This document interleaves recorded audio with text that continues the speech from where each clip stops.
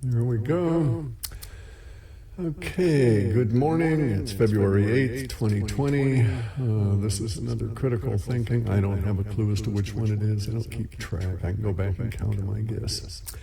Anyway, today we're going to discuss the coronavirus and recent updates.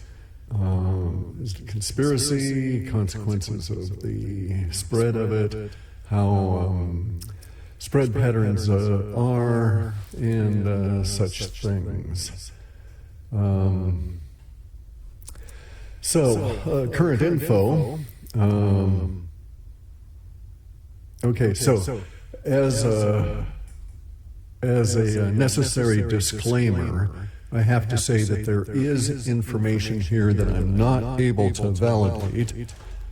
I'm trying to get everything set up. Hopefully my sound will be reasonably consistent and so on. Okay, so again, the disclaimer. There's information here I can't validate. Some of it I'm attempting to, and if I am able to do so, I'll report that I've validated it to whatever extent. Other information seems warranted to repeat, given the amount of verbiage out and about on the general subject, but I'll tell you when there's speculation coming in. We note right off in current information that the number of cases is going up outside of China. China seems to be somewhat stabilized in terms of numbers reported. We're seeing a process here of reporting increasing the number of reports of cases in the areas previously announced. So cruise ship had 2, then it had 48 more, and now the speculation is there's about 106. Another cruise ship is reporting 14, and then is up to 48. We have instances where one case was reported in city in India, and then 9 days later, or 6 days later, we've got 9 more cases. So the numbers are starting to come in, and they're starting to escalate in accordance with any kind of a spread of a disease through humanity. At this stage, there's nothing that can be isolated about it to suggest that at this moment it's anything other than predictable in terms of spread rate and outcome and so on. But there's a lot of weird stuff about the whole coronavirus at this point, okay? First, we go back and we note that the 1918 influenza that was tagged Spanish flu, and it killed 100 plus million, estimates between 50 and 100 million humans, now is known to be tied both to swine flu and avian flu forms. So it has the same genetic patterns and so on. This virus is touted to have 2 insertion points that appear to have HIV signature proteins.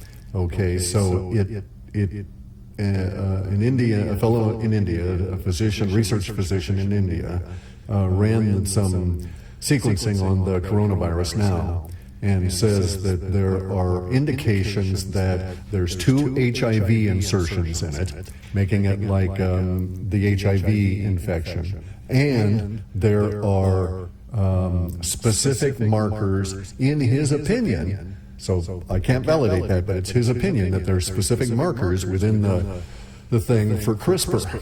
CRISPR is a software that is used in the gene splicing industries that has known artifacts, okay? So CRISPR is a chunk of software, goes in and snips and splices in a particular gene, but because it's software and because of the nature of the way that these things actually happen, you're never at that precise point, and you leave artifacts, you leave other splice points with partial insertions in them, no matter what. It's just sort of like a bug in the software in terms of how the CRISPR software interacts with the genetic material. And so it leaves a trail. And this guy says he's seen it. I haven't seen the sequencing. I haven't looked into it. I've been busy as hell with all kinds of other stuff. We've had major storms here, losing power all the time, cutting up trees that are falling, having to rescue equipment from this storm, just really getting hammered. Got major flooding all through the state, and we're like 4 days overdue for a major shopping expedition, so running out of supplies and this sort of thing. So I've had a lot to do, and I just haven't explored the genome part of this, because at this point it's not particularly pertinent. Now, the other current news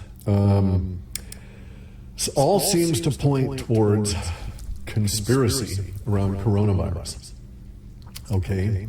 It is reputed that the Chinese People's Liberation Army has taken over the Wuhan virus lab, and they're putting a huge clampdown on it. It is reputed that the general in charge there now, from previous duty stations, is a fixer. Okay, someone brought in when things are really, really, really screwed up within the military. So that's how this particular general made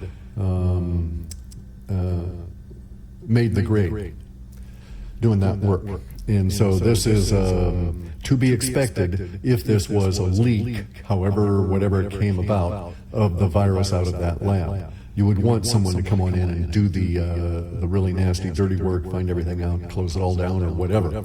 But you need this kind of quality of person. So that suggests the Chinese government has been is appraising the situation very seriously. That they're not taking reports from further down the governmental power chain as they come up, because bear in mind, the guys at the top only know what they're hearing from the people that feed them information. They're not able to really assume anything coming in from they don't have any other sources other than the controlled sources, and they can't assume any validity on any information that isn't actually backed up, etc. So it takes forever. But in any event, it looks like the Chinese are taking this very, very, very seriously, the Chinese power structure. Okay, so now, it was rumored that the coronavirus came out of this particular bioweapon lab in Wuhan, or biolab, level 4 containment, all of that kind of thing, biolab in Wuhan. It's also reputed that there were Canadian scientist connections to that lab. That Canadians have been arrested, scientists have been arrested, trying to remove biological material with an intention of taking it to that lab. It's also reported that, we know that the director of the Canadian bio lab operation is dead. This fellow, Dr. Frank Plummer. Was he assassinated? Was this an attempt to clean up a loose end? I don't know, but now we're seeing that there's rumors of investigations both at MIT and Harvard related to Wuhan, and that certain individuals that I won't. Okay, so there are rumors about the investigations ongoing by the United States government into connections to coronavirus that may exist within American educational research institutions. Those rumors are also going and speculating about very specific people that I'm not going to mention by name, because there's no way of validating if it's more than casual association, circumstantial evidence gone awry, this sort of thing. But it's just extremely interesting the cross connections between a group of potential suspects from these two institutions that seem to have cross connections to the Canadian and to Wuhan. Just that's all I'm saying, is that they've gone to conferences, they have connections. It's just the sort of thing you would put into a spy novel. Okay, so this is all part of the conspiracy thing that we're discussing here about the coronavirus. We'll get into some information that's useful in a few minutes. So we've got Frank Plummer dead, we've got MIT Harvard connection being investigated. we've got a interesting German government response to this. Due to the nature of the German government's ties to China for their economy, it's interesting the response that the German government is taking, because they're so now dependent on the Chinese supply chain for their basic economic engine, to a certain extent, as are we all, right? So the German response is starting to ramp up, and again, the Germans are German government is reacting as though this is an extraordinary case, unlike SARS, any other previous viral epidemic scare in which governments were 4 to 5 to 6 months behind times and so on. The governments are now basically, for governments, they appear to be in very alert, not panic, but very alert, got to get it done right now kind of mode. You know, corners are being cut in terms of red tape in order to get things done expeditiously. And so this is very unusual, just like with the Chinese government clamping down on now 400 million and rumors that there's another province about to be added, which would take us up seriously towards 700 million people. Being contained. Very, extremely unusual. Okay, so that's basically the conspiracy stuff here, right? You've got all kinds of people that tie this to Pilbright, I think they call it, that lab, and to Clinton Foundation stuff via that lab, via the directors. All speculation. We don't know what part they played in any of that. I suspect that the Pilbright lab probably does have CRISPR. They have a patent, I believe, on a coronavirus for avian flu, right? I mean, there's big money in being able to inoculate bazillions of chickens and ducks and stuff against avian flu. So there is that. I mean, it would be a standard part of business, and something you would need to do. Something our species needs to do is to have a vaccine approach, not necessarily, in my opinion, not necessarily on humans, but on the food chain, killing off potential pathogens for us further down into the food chain and keeping the food chain healthier. Anyway, so we're now at an interesting spot here. Because we need to consider what's called blooming, okay? All right, so I've studied through circumstance in the 1960s, the American War College's offerings on what was termed ABC at the time, atomic, biological, and chemical warfare. And I've got a pretty good memory, and I know how to relocate these materials. So what I've done is to draw a chart behind me that represents the spread of a bioweapon as the U.S. military conceived of the spread of it. Bear in mind, theoretically, they'd never tested it on a dense population, so they had no real empirical evidence. They just had projections and mathematic paradigm, right? And so that's all it is. It's a projection. It was their thoughts in the 60s, in the instance of a bioweapon being used for warfare, how it would affect the affected population. And they looked at all different kinds of stuff, right? Because this was folded in with and had contacts into the regime change and other aspects of U.S. military thinking.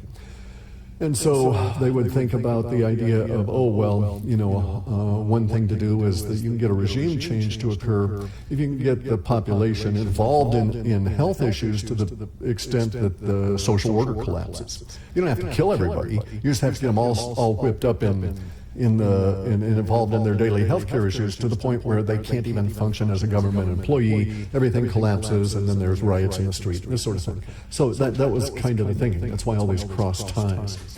Anyway, though, so what they did was to plot the projection of the mortality of the disease through the population as it moved over time, with the expectation that all bioweapons are going to be effective for about 3 years because of what they called blooms, okay? There would be 3 large blooms through the population.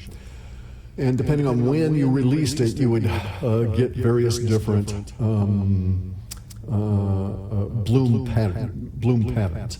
So it made a difference to the military releasing a influenza-style bioweapon in summer versus fall or winter. And that is because your potential host population, the initial contact population, is larger in late fall and winter because people are depleted of vitamin D because they're not out in the sun anymore. I think this is, to a certain extent, now ameliorated by the fact that so much of our population just does not go outside in any regular basis long enough to obtain the vitamin D you need. Now, bear in mind that if you've gone outside and you're just stripped to the waist and you expose yourself to the sun over the course of an hour, it need not even be fierce sun, even in the winter, getting some level of sun. You could potentially build inside your body 125,000 units of vitamin D. So your body can manufacture enormous quantities of the stuff, and therefore one can conclude it can handle that and it needs it, especially as a defense against disease. So the idea is from the military that if you release a disease in late fall, early winter, you get a bigger impact, bigger bang for your disease buck, okay? Now, coincidentally, the coronavirus started appearing in the first part of December. And in the northern hemisphere, we're getting into our winter solstice in December and so on. So there's basically 3 blooms. We're going to just ignore the release in the summer kind of an approach because it's not pertinent because we're dealing with this now. We're making the assumption that the conspiracies, we're saying essentially that any given item within any overall conspiracy theory relative to coronavirus is moot. We don't care if it's true or not. It's maybe interesting. We're operating on the assumption that it is a bioweapon that got out of the lab because there is the potential that that is the case. And therefore, the prudent mind, the mind that universe favors because it is prepared, is going to make the assumption it's a bioweapon and deal with it that way regardless because there's no downside to that. You'll just be simply more proactive than if it is a regular flu or something a little stiffer than a regular flu. Okay, so this being the case, we look quickly at the 3 blooms, and then we're going to proceed with some reasonably practical reinforcements, okay? Let me see if I can get out of the way of this. And my little pointer stick here. Okay, so what we're looking at here is a chart that is time on the bottom scale for 3 years, and mortality in tick marks in thousands across the vertical axis. And then this is the progression of these waves as we go through these first couple of years. And released in the first part of December, we would expect to see that around May to, let's say March through May, we're going to have a dip to where everybody's going to think it's contained. And if it is a regular virus, then maybe that will be the case, that it'll just sort of peter out and go away, and we'll have, a summer where we go, oh, dodged a bullet on that one, right? If, on the other hand, if it's a bioweapon, we'll expect near the end of May, first part of June, maybe into July, we'll expect to get a summer pickup on it. And the reason is multi-faceted, okay? It's because there's more travel in summer, and even though you're getting more vitamin D, you're exposed to more viruses, a lot of people's immune systems get weakened by the travel, and they're therefore more susceptible to the next thing that comes along. And so this is predictable that that if it appears to be contained in May and it is a bioweapon, we'll have the beginning of the first ramp up to a bloom in sometime in summer. might be, I wouldn't think it would be as late as August. If we get through into August and there's no real signs of another bloom, I think we'll probably be okay. If we get this effect here of the rise through summer of new infectious cases and then another repeat, then as we go into September and August and September, we'll see a very nasty situation, which will be our first true bloom. Okay, and so that was the big flush in the first bloom in 1918. I'm going to put some links in the description box here for legitimate sources, so you can go and see replications of this pattern and others by doing sufficient track downs and reading in them. They talk about the previous pandemics and so on, right? And so it'll show that we replicate this in this pattern is not untypical, not atypical. And so what we'll get here is this flush out that in 1918 brought about maybe the first, well, it brought about almost 40% of the initial death wave from the flu. So in the 1918 flu, this period of time right here, this initial flush, was about, say, upper 30s percentage of the number of people that died. And in 1918, the subsequent ones were further down as the virus tailed off. But there's a problem. The problem is twofold. We have to look at one aspect of this virus, and I'll get into that in a second. But we also have to look at the general population and what happens. If you get through into winter and you've got lots of people that are sick here, you're going to have a lot of panic. You're going to have people that are sick with regular kind of things that will then go to hospitals and expose themselves to the more deadly coronavirus, simply because they'll be panicked and they won't have the resources to deal with whatever illness they have on their own. And that's why, as this peak really gets moving here, we find it's not really coronavirus. It's coronavirus plus pneumonia plus system failure. System failure is going to be not only individual people's body system, but also systemically, because in some areas, after shutdowns, you're going to have electricity failures. People that depend on electricity are going to die without it. And so we're going to have those kind of an effect. We've seen it in the past. We're much more vulnerable to it in local spots now. And it's a likely projection that within this wave of death here will be lots of people that will die not of the disease per se, but of knock-on effects because of a weakened immune system, because of exposure to other diseases, because of dependency on some resource that's now constrained. Electricity, drugs, foods, whatever, it doesn't matter. And so that will affect the death rate there, and we'll get our 40% die-off within in this first bloom. Then everybody says, oh my God, what a horrific thing. And you're into, say, February, right, of 2021. And then you see, starting all over again, because there's a lot of people that survived and came through this that are still weakened, and it reemerges in them here, and you get this secondary bloom. Also within the secondary bloom, this is the terrible part of the population deaths, okay, in my opinion. Everybody dying here, that's very bad. It's very, very, very awful. But within this population here, it is disproportionately children.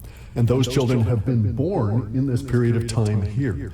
And so it is a horrid time for the social order, because there's such a large leveling of children out of the mix. They're just gone because they die. And you lose a lot of the elderly here too, but that in this area here as well. But it's not as hard on the social order, right? And then you go through this long sort of period of quiescence. Then you have one other final bloom. Now, in a normal course of a disease, this other final bloom would just be a little blip and would trail on out. And that's actually the way that polio was, okay? And we introduced the polio vaccine in the very last part of the final bloom when it was dying out anyway. If it's a bioweapon, though, this is the projection you have. And then at some point along here, you have social collapse. Where everything just breaks down because so many people are affected. Maybe you only have a third or less of your usual workforce even halfway functioning at this stage. So that's the projection if it's a bioweapon. Now, if it's an ordinary disease and it just followed regular sort of disease waves, that third wave is not that big of a deal relative to the others. And then you know you're out of it. So that is a projection based on the thinking of the military in terms of how bioweapons would move through the population in the 60s. We don't know that any of this stuff is a projection of how it's going to happen here, but I bring it up because we do have some indicators as to whether or not we might be dealing with a bioweapon, and we would, in my opinion, we would have a pretty much a for sure indicator back here as we go into, let's just say, June through July. And if we get this bump up in here, then I think indeed there's a very good likelihood that we're dealing with a bioweapon. Not that it's going to make any difference, because us smart guys are going to assume that to begin with, right? Okay, so that having been said, that's our typical pandemic spread is 3 blooms. Major peak, the second bloom, it comes up about 60% maximum of the first, and then the final bloom is only about 20% of the very first bloom. Okay, so now the social order changes. The social order changes are already happening, all right? We're only right here in 2020, and we are already having social order changes with giant lockdowns in China, and we're seeing the social order changes in China. By the time we get into here, the social order changes will be global. Doesn't matter where you live, unless you're very isolated, live in an extremely rural population, you will be affected by the changes in the social order that will emerge as a result of trying to deal with the pandemic.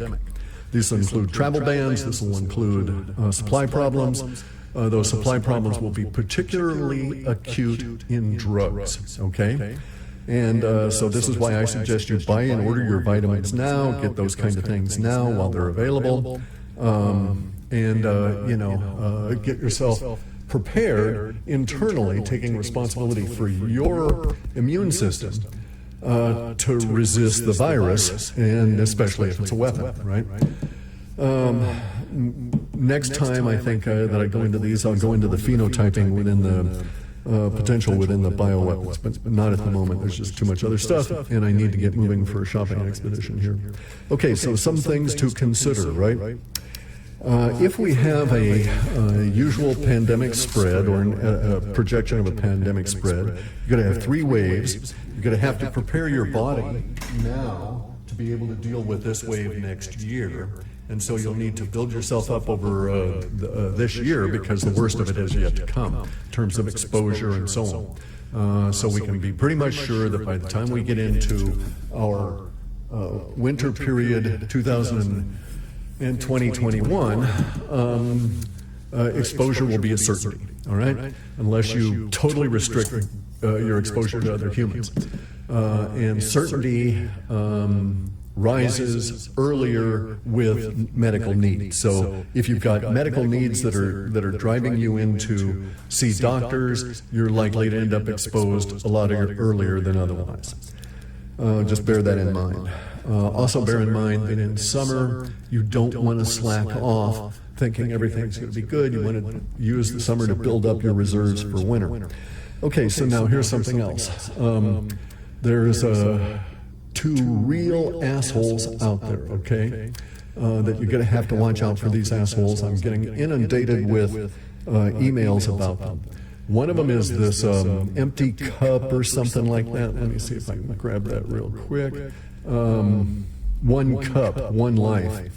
And this is run by Keisha. He's that Iranian fraud. The stuff that he is saying is bullshit, it is bogus, it is extremely hopeful, and it will not work, and you're going to risk your life on that idiot's opinion. And he is truly insane, okay? This man cannot think clearly at all. He can think extremely deeply like most insane people, but it yields nothing. It's not practical. It'll never work. And let me clue you into this, okay? If you want to see what the difference is on these kind of things, Keisha is supported by Carrie Cassidy and James Gilliland. Two people that I would never, ever, ever take anything they say, especially on my personal health, as being valid. If they say it, I will do something that is the universal opposite of what their approach is. Their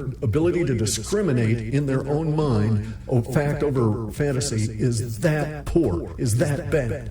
Keisha is insane. Along with him is Jim Humble. Jim Humble is a fraud and insane.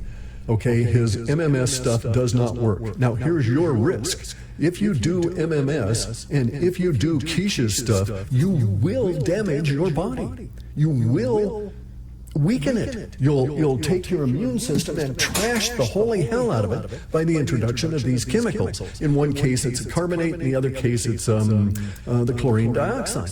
So in neither case should you be ever consuming these things, and especially when you're likely to become exposed to something that could kill you. Now, let's add something else to this mix, okay? It is rumored and reported that there's 2 HIV protein sequences inserted into this virus. It is further rumored, coming from China, but we won't say anything more about that because we don't want anyone to be rounded up and killed, disappeared or whatever. But it is rumored, coming from China, that this virus hides in the spinal fluid in the brain. And that 4 to 5 days after the initial cytokine storm, if you survive, you're going to face another crisis as the virus reemerges from the spinal fluid in the brain. And it is at that stage that the fatality goes way the fuck up. And this is a rumor. I don't have adequate data to suggest that it's anything more than speculation at this stage. But it's a very nasty rumor, and it is in line with the way that bioweapon does work, okay? So don't muck about with Keisha or MMS, or if you do, expect to die on the way to the hospital after you've gotten your exposure to this, because you'll be so weak, your body will be so trashed, you wouldn't be able to fight it off in any way, shape, or form. Now, some things to consider, okay? Viruses of this nature, especially if it's got HIV additives in it,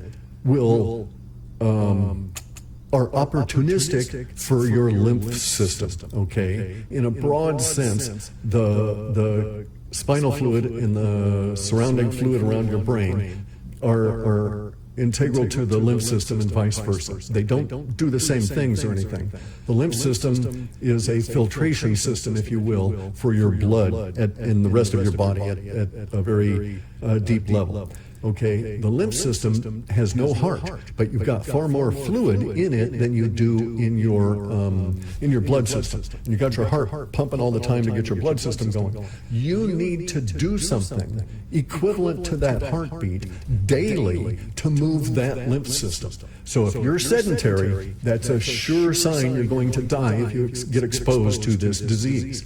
Okay, if it actually takes residence in you and you're sedentary and your lymph system does not circulate, then that's almost a death sentence. It's almost, sign your will now, right? Because of the nature of the disease itself.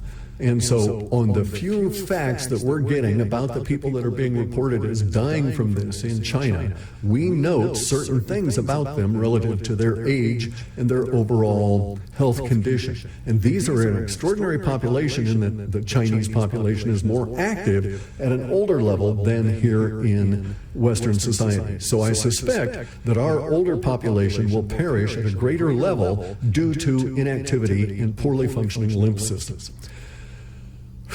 Okay, now, the key to your lymph system is to get off your ass and walk around. It's the big muscles in your thighs, in your chest, and your back that move lymph around in your body. And so exercise every damn day to move lymph just to keep that lymph system functioning as part of your immune system as we go through these next 3 years. And exercise is not used for losing weight or any of that. It's used for building muscle and moving your lymph fluid through your body such that it can become effective. So that's a really key issue here, is exercise for lymph systems. And then repeat MMS and Keisha's carbonate will weaken you, okay? It's no good. Stay away from it. Now, vitamin C, even in a ascorbate, is good. You just have to consume vast quantities in order to get enough to be effective. So, given the nature of the HIV, given the nature of its potential for hiding, or the HIV and protein inclusions, and given the nature of the potential for hiding in spinal fluid and brain fluid, vitamin C is even more indicated. Okay, so not that you need to take more. If you're at an optimal dose, it doesn't matter. Any more you take, you're just going to pee out. But it means you need to be really consistent with it and keep it up. Because the lymph system and vitamin C are intimately linked in terms of vitamin C's ability to do its job. Now, something you could do if you have the money and the resources and you wanted to is you could take C60. Be careful, there is no water-soluble C60 you can take. There is no capsule form C60 you can take. It is only delivered in olive oil, avocado oil, MCT oil, and so on. I choose to use avocado oil. It's easier on my gut. I know I can vouch for its purity. With olive oil, I can't, because the Italian mafia is so involved with all the olive oils. Anyway, though, so C60 as an antioxidant actually preserves your vitamin C levels, because it's reputed to be, at least in a lab, in a dish, it's 172 times more effective than vitamin C, because every time it does this antioxidant cleaning process, it resets itself, right? So it's like it wipes the waste out of you and then shakes the cloth off and it's ready to go again, right? That kind of a thing. Whereas vitamin C is reactive with the stuff it's killing, and the vitamin C molecule gets washed out along with the stuff it's taking out. And so you can preserve the vitamin C in your bodies for its use as intercellular cement glue. It's the binding agent within your intercellular cement that holds all your cells together throughout your entire body.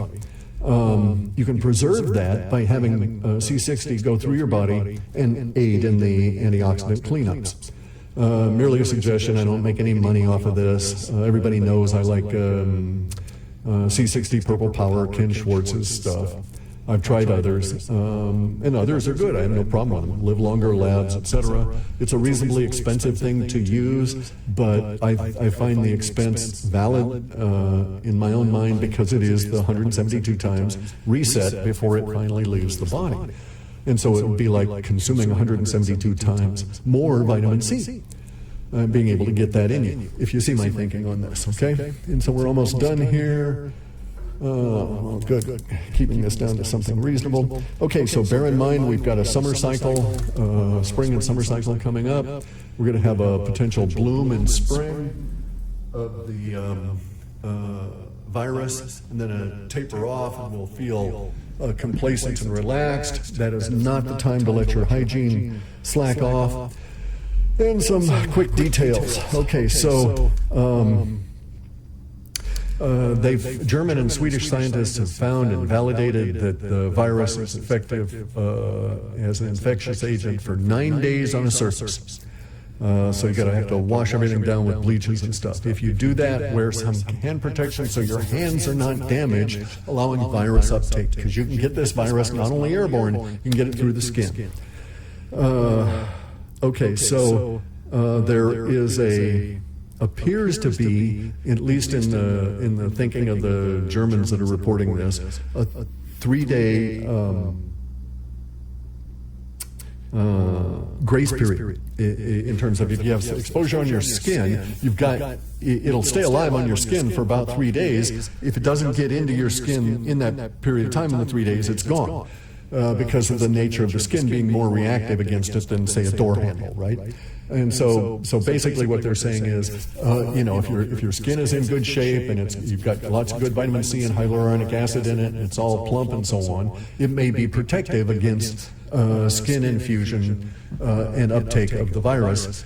And within a 3-day period of time, they found that the virus would die. So if you wash your hands and clean up, you're going to aid your body's immune system in doing that. Okay, and now so the cruise ship stuff, that's going to get worse, by the way. We're going to see more and more of these cruise ships that are going to be impacted by this. There'll be large quarantines, and then they're going to have to figure out how to decontaminate. And so probably one of the first travel bans that we'll see hitting will be the cruise ship industries, as they appear to be concentrated nexus in, infection location points. All right, guys, that's 40 minutes. Because of the nature of all of this stuff, I don't want to waste all my time doing one of these things every damn day. Probably will have to as new information comes in over time. I am getting in reports from China, but I'm not going to talk about any of them until I can validate it. And also it brings up the issue of putting people's lives at risk. If they're saying something they shouldn't, and I report it, because people can figure out who I know. Okay, so be well. It's all personal responsibility now.